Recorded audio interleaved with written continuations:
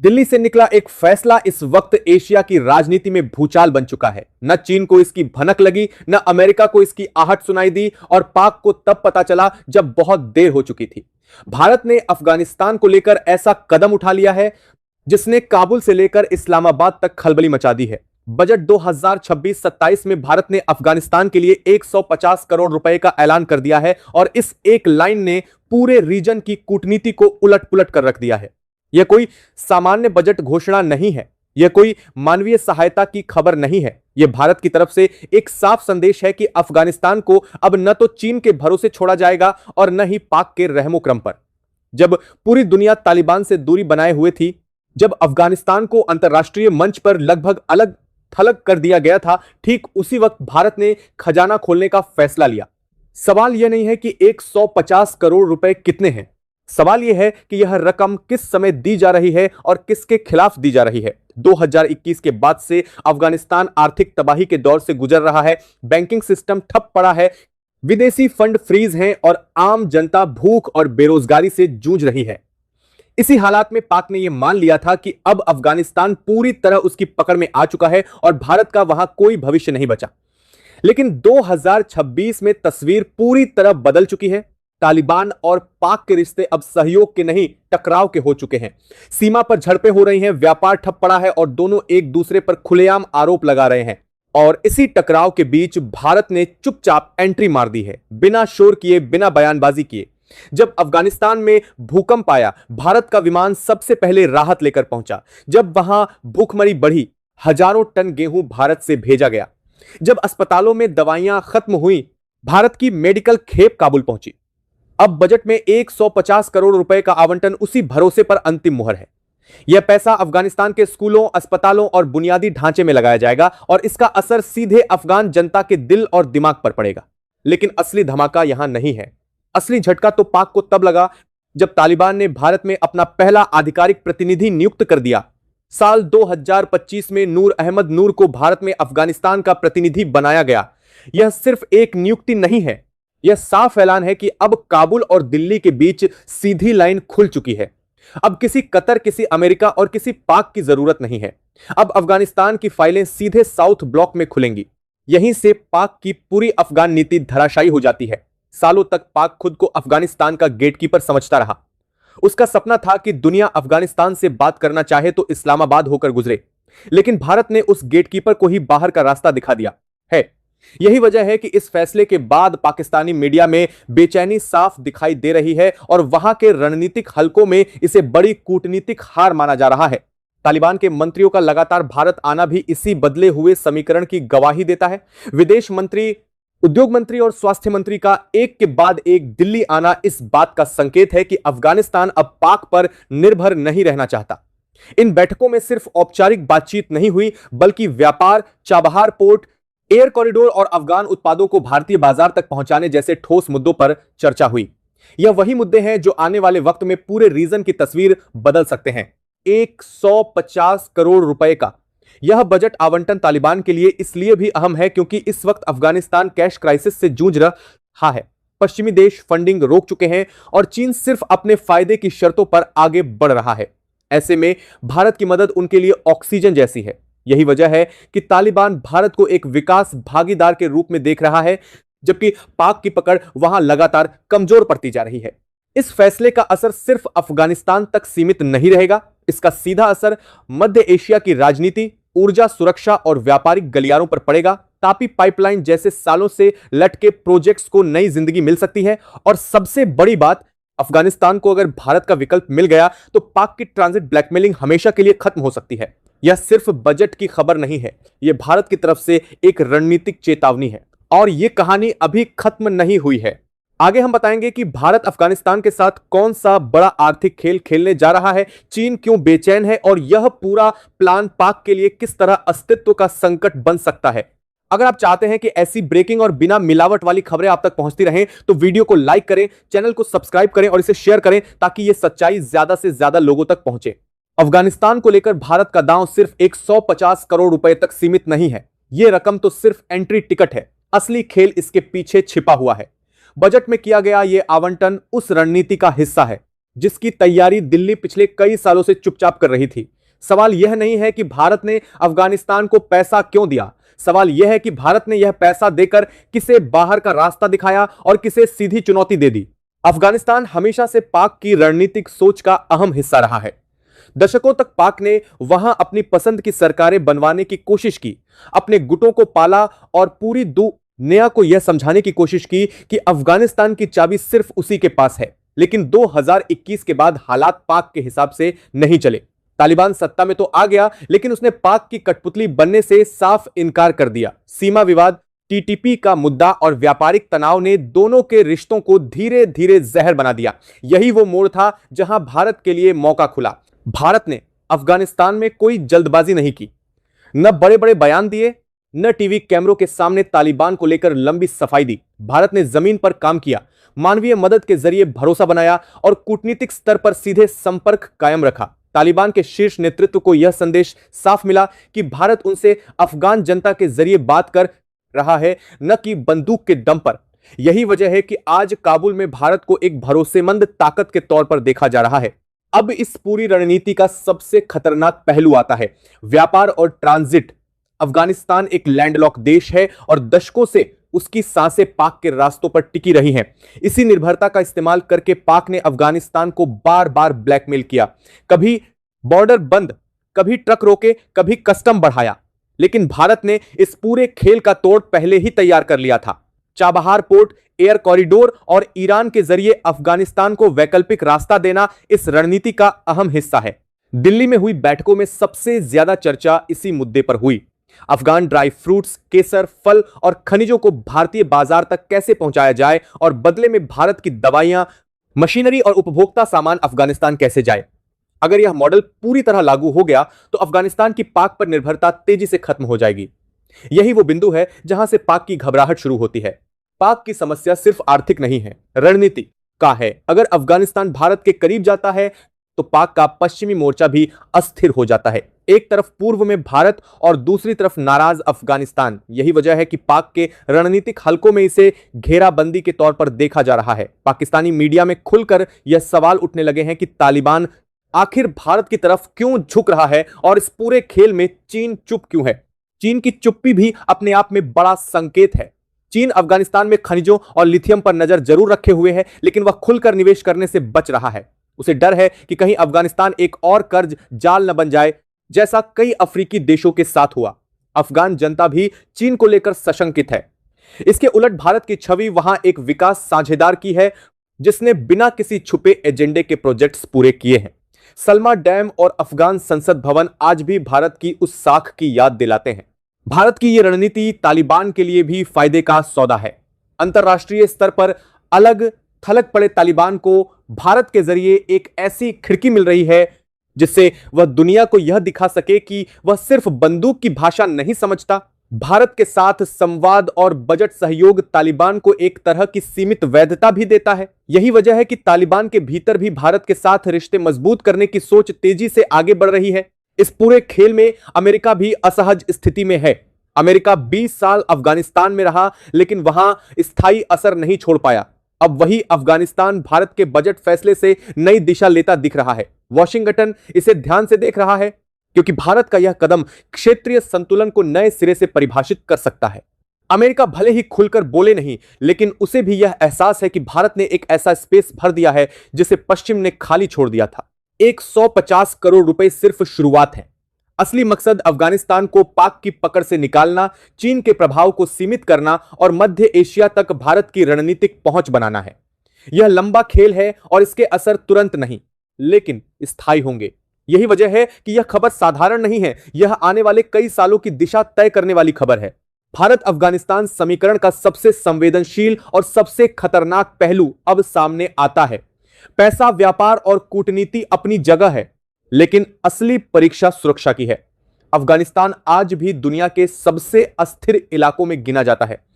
ISIS जैसे आतंकी गुट सक्रिय हैं, आंतरिक गुटबाजी मौजूद है और हर बाहरी ताकत के लिए सबसे बड़ा सवाल यही है कि वहां कदम रखना कितना सुरक्षित है। भारत यह जोखिम बिना सोचे नहीं उठा रहा। इसके पीछे एक सख्त और साफ रणनीति काम कर रही है। सूत्रों के मुताबिक भारत और तालिबान के बीच सुरक्षा को लेकर सीधी और दो टूक बातचीत हुई है। भारत ने साफ शब्दों में यह संदेश दिया है कि अफगानिस्तान की जमीन का इस्तेमाल भारत के खिलाफ किसी भी गतिविधि के लिए नहीं होना चाहिए। यह कोई औपचारिक बयान नहीं था, बल्कि रिश्तों की बुनियाद रखने वाली शर्त थी। तालिबान ने इस पर सहमति जताई और यही वजह है कि अब तक अफगानिस्तान से भारत के खिलाफ कोई बड़ा आतंकी हमला सामने नहीं आया है। यह अपने आप में पूरे रीजन के लिए एक बड़ा संकेत है। काबुल में भारतीय मिशन की मौजूदगी भी इसी भरोसे का हिस्सा है। भारत ने बिना किसी शोर शराबे के अपनी तकनीकी और कूटनीतिक टीम को वहां तैनात रखा है। यह टीम सिर्फ औपचारिक कामकाज नहीं देख रही, बल्कि जमीनी हालात पर लगातार नजर बनाए हुए है। बजट में दिए गए 150 करोड़ रुपए का एक अहम हिस्सा इस बात को सुनिश्चित करेगा कि भारतीय प्रोजेक्ट्स, कर्मचारी और संपर्क सुरक्षित रहें। यह दिखाता है कि भारत अब अफगानिस्तान भर्ती और कार्य करने के लोग सगा ताल कर रहे हैं। तान में आधे मन से नहीं, बल्कि पूरी तैयारी के साथ उतर चुका है। इस पूरे समीकरण में सबसे ज्यादा बेचैनी जिस देश को है वह है पाक, क्योंकि सुरक्षा का यह समझौता सीधे उसकी रणनीति पर चोट करता है। दशकों तक पाक ने अफगानिस्तान की जमीन का इस्तेमाल भारत के खिलाफ दबाव बनाने के लिए किया। अलग अलग गुटों के जरिए संदेश दिया गया कि अफगानिस्तान भारत के लिए कभी सुरक्षित नहीं हो सकता, लेकिन अब वही अफगानिस्तान भारत को सुरक्षा की गारंटी देता दिख रहा है। यही वजह है कि पाक के रणनीतिक हलकों में इस बदलाव को बेहद खतरनाक माना जा रहा है। आईएस जैसे गुटों की मौजूदगी इस पूरे खेल को और जटिल बना देती है। ये गुट न सिर्फ तालिबान के दुश्मन है, बल्कि किसी भी स्थिरता के खिलाफ काम करते हैं। भारत इस खतरे से पूरी तरह वाकिफ है।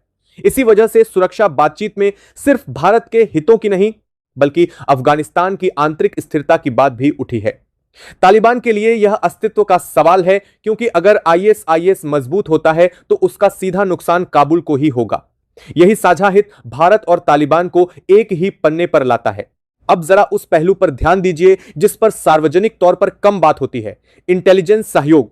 यह कोई खुली घोषणा नहीं है, लेकिन संकेत साफ है कि भारत अफगानिस्तान के हालात को लेकर आंख बंद करके भरोसा नहीं कर रहा। हर कदम डेटा, रिपोर्ट और फीडबैक के आधार पर उठाया जा रहा है। यही वजह है कि भारत ने बड़े पैमाने पर निवेश करने से पहले छोटे लेकिन रणनीतिक कदम चुने हैं। यह नीति जोखिम को कम करती है और असर को बढ़ाती है। पाक के लिए यह स्थिति इसलिए भी खतरनाक है क्योंकि अब वह अफगानिस्तान के जरिए भारत को डराने की स्थिति में नहीं रहा। पहले संदेश साफ होता था कि अफगानिस्तान अस्थिर है, दूर रहो। अब वही देश भारत के बजट में जगह पा रहा है, दूतावास स्तर पर संवाद कर रहा है और विकास परियोजनाओं की बात कर रहा है। यह बदलाव पाक की पूरी अफगान रणनीति को अप्रासंगिक बना देता है। अमेरिका और पश्चिमी देश इस सुरक्षा एंगल को बहुत ध्यान से देख रहे हैं। उन्हें यह एहसास हो रहा है कि जिस स्थिरता को वे सैन्य ताकत से हासिल नहीं कर पाए, भारत उसे कूटनीति और सीमित निवेश के जरिए हासिल करने की कोशिश कर रहा है। यह मॉडल अगर कामयाब हुआ तो यह भविष्य के संघर्ष क्षेत्रों के लिए एक नया उदाहरण बन सकता है। यही वजह है कि वॉशिंगटन भले ही खुलकर प्रतिक्रिया न दे रहा हो, लेकिन उसकी नजरें काबुल और दिल्ली पर टिकी हुई हैं। भारत अफगानिस्तान में कोई भावनात्मक या जल्दबाजी वाला कदम नहीं उठा रहा। सुरक्षा, इंटेलिजेंस और जमीनी हालात को साथ लेकर चलना इस पूरी रणनीति की रीढ़ है। यही वजह है कि यह कदम जितना साहसी दिखता है, उतना ही नियंत्रित भी है। और यही संतुलन इसे खतरनाक बनाता है उन लोगों के लिए जिन्होंने अफगानिस्तान को हमेशा अस्थिर रखकर फायदा उठाया। अब कहानी उस मोड़ पर पहुंच चुकी है जहां अफगानिस्तान सिर्फ सुरक्षा या कूटनीति का मुद्दा नहीं रह जाता, बल्कि सीधे आर्थिक युद्ध का मैदान बन जाता है। अफगानिस्तान के नीचे क्या दबा है, इसे लेकर दुनिया के बड़े खिलाड़ी सालों से नजरें गड़ाए बैठे हैं। तांबा, लिथियम, रेयर अर्थ मिनरल्स और अनगिनत प्राकृतिक संसाधन, यही वो खजाना है जिसे अमेरिका 20 साल की मौजूदगी के बाद भी पूरी तरह नहीं निकाल सका, और यही वो वजह है जिसने चीन और पाक को अफगानिस्तान से बांधकर रखा। अब इसी खजाने तक भारत की एंट्री ने पूरे खेल को खतरनाक बना दिया है। चीन अफगानिस्तान को सिर्फ एक देश नहीं, बल्कि एक खदान के तौर पर देखता है।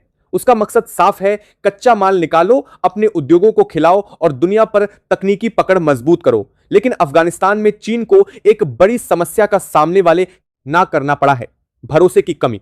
अफगान जनता और स्थानीय नेतृत्व को डर है कि कहीं चीन भी उन्हें कर्ज और शर्तों के जाल में न फंसा दे।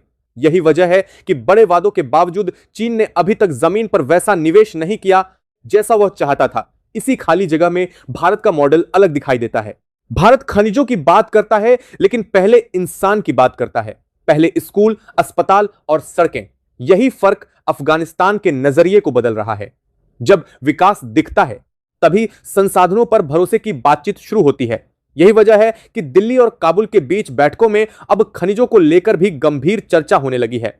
अगर भारत अफगानिस्तान के खनन सेक्टर में एंट्री करता है अब, तो यह सिर्फ एक बिजनेस डील नहीं होगी, यह सीधे चीन के प्रभाव क्षेत्र में सेंध होगी। अब आते हैं ट्रेड के सबसे संवेदनशील मुद्दे पर। अफगानिस्तान की अर्थव्यवस्था का सबसे बड़ा रोड़ा हमेशा से ट्रांजिट रहा है। दशकों तक अफगानिस्तान को अपनी जरूरतों के लिए पाक के रास्तों पर निर्भर रहना पड़ा। इसी निर्भरता का इस्तेमाल कर पाक ने अफगानिस्तान को बार बार दबाव में रखा। लेकिन भारत की रणनीति इस पूरे मॉडल को तोड़ने की है। चाबहार पोर्ट, एयर कॉरिडोर और वैकल्पिक ट्रेड रूट्स अफगानिस्तान को एक नया विकल्प दे रहे हैं। अगर ये रूट पूरी तरह सक्रिय हो गए तो अफगानिस्तान की पाक पर निर्भरता तेजी से खत्म हो जाएगी। दिल्ली में इस वक्त सबसे ज्यादा चर्चा जिस मुद्दे पर हो रही है वह है ट्रेड एग्रीमेंट। अभी कोई आधिकारिक ऐलान नहीं हुआ है, लेकिन संकेत साफ है कि भारत अफगानिस्तान के साथ प्रेफरेंशियल ट्रेड डील की संभावना टटोल रहा है। अगर ऐसा हुआ तो यह अफगानिस्तान के लिए गेम चेंजर होगा। ड्राई फ्रूट्स, केसर, फल और हैंडीक्राफ्ट्स को भारतीय बाजार में सीधी पहुंच मिलेगी। बदले में भारत की दवाइयां, मशीनरी और टेक स्टाइल अफगान बाजार में उतरेंगी। यह वही ट्रेड मॉडल है जिसने भारत को कई देशों के साथ मजबूत किया है। इस संभावित ट्रेड डील का सबसे बड़ा नुकसान किसे होगा, यह समझना मुश्किल नहीं है, पाक को। क्योंकि अभी अफगानिस्तान का बड़ा हिस्सा ट्रांजिट ट्रेड के जरिए पाक से जुड़ा हुआ है। अगर भारत ने यह रास्ता काट दिया तो पाक की ब्लैकमेलिंग पावर खत्म हो जाएगी। यही वजह है कि पाकिस्तानी मीडिया में इस वक्त ट्रेड और चाबहार को लेकर सबसे ज्यादा घबराहट दिख रही है। वहां खुलकर यह कहा जा रहा है कि भारत अफगानिस्तान को आर्थिक रूप से अपनी तरफ खींच रहा है। तो आर्थिक रूप से अपनी तरफ खींच रहा है, भारत अफगानिस्तान को आर्थिक रूप से अपनी तरफ खींच रहा है। मध्य एशिया इस पूरी कहानी का अगला बड़ा पड़ाव है। अफगानिस्तान मध्य एशिया का दरवाजा है। अगर भारत की पकड़ काबुल में मजबूत होती है तो ताजिकिस्तान, उज्बेकिस्तान और कजाकिस्तान तक भारत की पहुंच आसान हो जाएगी। वहां तेल, गैस और बड़े बाजार मौजूद हैं। तापी पाइपलाइन जैसे प्रोजेक्ट्स जो सालों से फाइलों में दबे पड़े हैं, उन्हें नई जान मिल सकती है। भारत की ऊर्जा सुरक्षा के लिए यह रास्ता बेहद अहम माना जाता है। चीन और पाक दोनों इस पूरे घटनाक्रम को एक चेतावनी के तौर पर देख रहे हैं। चीन को डर है कि अफगानिस्तान में उसका एकाधिकार बनने से पहले भारत वहां मजबूत न हो जाए। पाक को डर है कि अफगानिस्तान उसके हाथ से पूरी तरह न निकल जाए, और यही डर इस पूरी कहानी को और खतरनाक बनाता है। क्योंकि जब बड़े खिलाड़ी असहज होते हैं तब दबाव की राजनीति तेज होती है। भारत का अफगानिस्तान प्लान सिर्फ आज का नहीं, आने वाले दशकों का है। यह खनिजों, व्यापार और ऊर्जा सुरक्षा से जुड़ा हुआ है। यह एक ऐसा खेल है जिसमें जल्दबाजी नहीं, धैर्य और रणनीति काम आती है, और भारत इसी रास्ते पर चलता दिख रहा है। अब सवाल यह नहीं है कि भारत अफगानिस्तान में क्या कर रहा है, अब सवाल यह है कि क्या भारत इस पूरे खेल को आखिरी अंजाम तक ले जाने के लिए तैयार है। क्योंकि जो दांव अभी तक आर्थिक और कूटनीतिक दिख रहा था, वह अब सीधे शक्ति संतुलन की लड़ाई में बदल चुका है। अफगानिस्तान में भारत की बढ़ती मौजूदगी सिर्फ चीन और पाक को असहज नहीं कर रही, बल्कि पूरी एशियाई राजनीति की दिशा बदल रही है। सबसे बड़ा जोखिम सुरक्षा का है। अफगानिस्तान की जमीन आज भी स्थिर नहीं है। गुट, मिलिशिया, आंतरिक खींचतान और बाहरी दखल सब कुछ एक साथ चल रहा है। ऐसे में भारत का हर कदम फूंक फूंक कर रखा जा रहा है। दिल्ली जानती है कि अफगानिस्तान में कोई भी चूक सिर्फ एक प्रोजेक्ट का नुकसान नहीं होगी, बल्कि पूरे क्षेत्र में भारत की साख पर असर डालेगी। यही वजह है कि भारत यहां जल्दबाजी नहीं, बल्कि सीमित लेकिन असरदार मौजूदगी की रणनीति पर चल रहा है। दूसरा बड़ा खतरा बैकडोर गेम का है। चीन खुलकर टकराव नहीं चाहता, लेकिन पर्दे के पीछे दबाव की राजनीति उसकी पुरानी चाल रही है। निवेश रोकना, स्थानीय समूहों को उकसाना या फिर अंतरराष्ट्रीय मंचों पर माहौल बनाना, ये सभी विकल्प खुले हैं। वहीं पाक के लिए यह मामला अस्तित्व का बनता जा रहा है। अफगानिस्तान पर पकड़ कमजोर होने का मतलब है कि उसकी रणनीतिक गहराई खत्म होना। यही डर उसे और आक्रामक बना सकता है। एसएपीए में अब समझिए सबसे खतरनाक पहलू। अगर अफगानिस्तान सच में भारत की तरफ झुकता है तो यह सिर्फ एक देश का झुकाव नहीं होगा, यह पूरे मध्य एशिया के लिए एक संकेत होगा कि भारत एक भरोसेमंद विकल्प है। यह वही पल होगा जब चीन का वन बेल्ट सपना पहली बार गंभीर चुनौती में आएगा। यही वजह है कि इस पूरे घटनाक्रम पर बीजिंग की नजर सबसे ज्यादा टिकी हुई है। दिल्ली के रणनीतिक हलकों में इस वक्त एक ही सवाल घूम रहा है, कितना आगे जाना है। क्योंकि अफगानिस्तान में जीत का मतलब लंबी रेस है। यह कोई चुनावी फायदा नहीं बल्कि 10-15 साल की रणनीति है। इंफ्रास्ट्रक्चर, ट्रेड, खनिज और ऊर्जा, हर सेक्टर में धीरे धीरे पकड़ बनानी होगी। भारत इस खेल को शोर से नहीं, चुपचाप आगे बढ़ाने के मूड में है। और यही बात विरोधियों को सबसे ज्यादा परेशान कर रही है। अंतरराष्ट्रीय स्तर पर भी माहौल बदलता दिख रहा है। यूरोप भारत को एक स्थिर शक्ति के तौर पर देख रहा है। अमेरिका खुले तौर पर कुछ नहीं कह रहा, लेकिन संकेत साफ हैं कि अफगानिस्तान में भारत की भूमिका को वह नकारात्मक नहीं मानता। यह वही साइलेंट सपोर्ट है जो बड़े गेम में बहुत मायने रखता है। यानी भारत अकेला नहीं खेल रहा, भले ही मंच पर वह अकेला दिखे। अब अंतिम तस्वीर साफ होती जा रही है। अफगानिस्तान सिर्फ एक देश नहीं बल्कि एशिया का फ्यूज बॉक्स है। यहां जो कंट्रोल करेगा वही आने वाले दशक की दिशा तय करेगा। भारत इस फ्यूज बॉक्स को विस्फोट नहीं बल्कि स्थिरता में बदलना चाहता है। यही फर्क है भारत और उसके विरोधियों में। यही फर्क उसे इस खेल में अलग खड़ा करता है। और यही वो मोमेंट है जहां कहानी खत्म नहीं होती, यहीं से असली इतिहास शुरू होता है।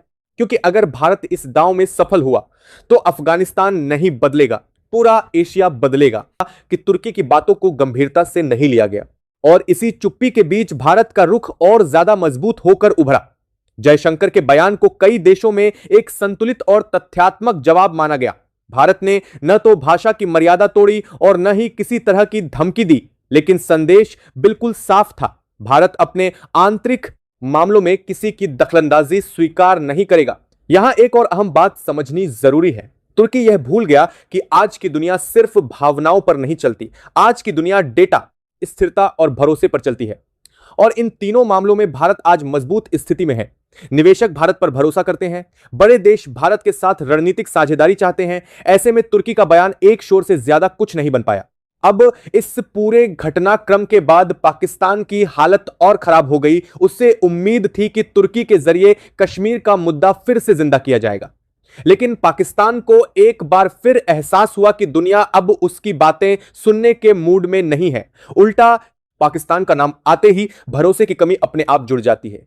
तुर्की के लिए भी यह झटका कम नहीं था, क्योंकि उसने पहली बार खुले मंच से इतनी आक्रामक भाषा का इस्तेमाल किया और बदले में उसे समर्थन की जगह सवाल मिले।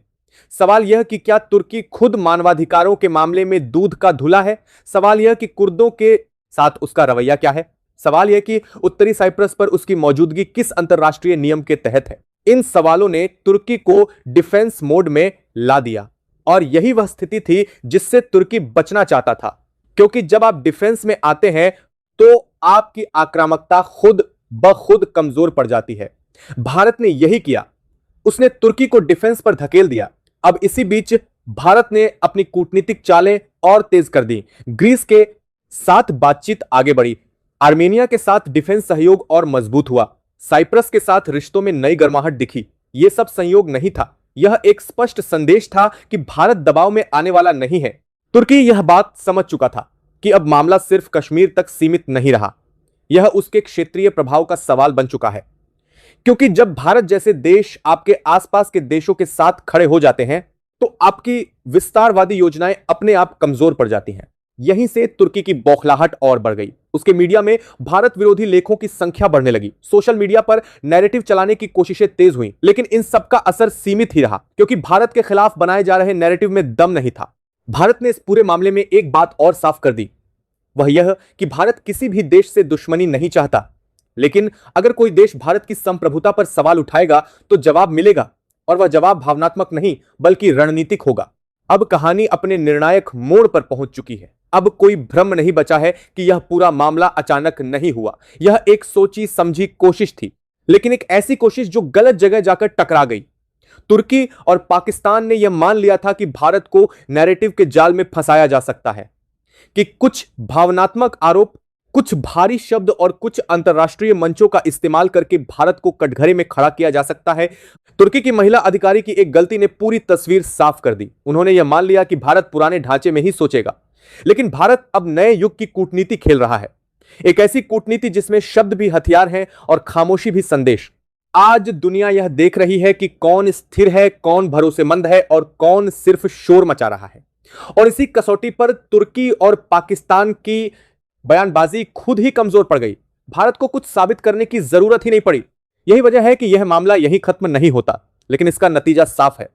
भारत ने न सिर्फ जवाब दिया बल्कि यह भी तय कर दिया कि आगे बहस किस दिशा में जाएगी। और जब दिशा भारत तय करता है तो बाकी दुनिया सिर्फ एडजस्ट करती है।